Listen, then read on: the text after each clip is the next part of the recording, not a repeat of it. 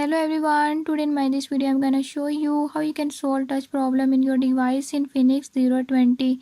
In this device in Infinix Zero 20, if you're having any issue like your touch screen is not working or is not responding, I'll tell you few tips and tricks that you can use to fix it.